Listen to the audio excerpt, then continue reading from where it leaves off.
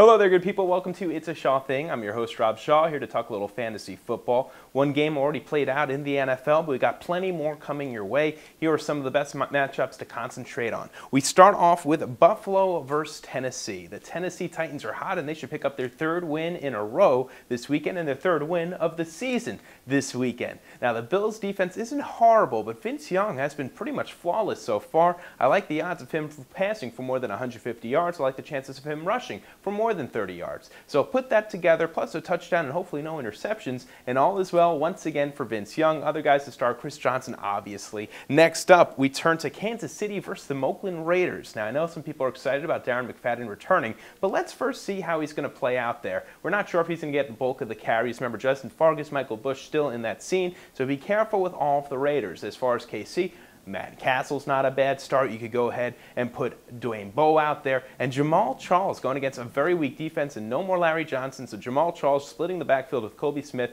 I think there's a good chance of him getting 80-plus total yards of offense this weekend. We move on to Dallas versus Green Bay, and could you say shootout? As bad as the Green Bay Packers defensively have been, the Cowboys have been that strong offensively. Miles Austin is the name to know in the wide receiving core, though Roy Williams opened his mouth, so they're throwing him the ball a little bit more these days. Jason Witten is always a good start. Marion Barber should be all right as well. As far as what to expect from Green Bay, they have great receivers there. Even James Jones got in the picture recently, but Greg Jennings, Donald Driver, the two obvious guys to pick, and obviously Aaron Rodgers enjoying a pretty good year. Next up, another favorable matchup. It'll be for Baltimore as they take on the Cleveland Browns.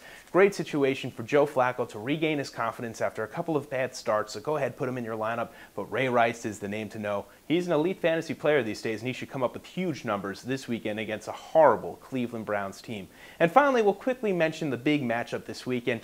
Indianapolis against New England, what to expect? Well, remember, the Colts have a very good defense, so I wouldn't expect much from the running game, particularly Lawrence Maroney for the Patriots. Tom Brady should get his numbers because he's that good, because of Randy Moss and Wes Welker being good too, and even Benjamin Watson, if you think there's a good chance of this team finding the end zone on a couple of occasions. As far as what to expect from Peyton Manning, well, he should keep up with Tom Brady, but a lot of his wideouts are injured. Remember, Anthony Gonzalez out since really first week of the season. Austin Collie taking a tough hit last weekend as well. So look for Reggie Wayne, Dallas Clark, and Joseph Adai at running back. I think he's an elite start this weekend because they are looking to get him the ball in his hands as far as a receiving option because of all the injuries to the receiving core of the Colts. Well, that's all for now. Enjoy the weekend. Best of luck. I'm Rob Shaw, signing out.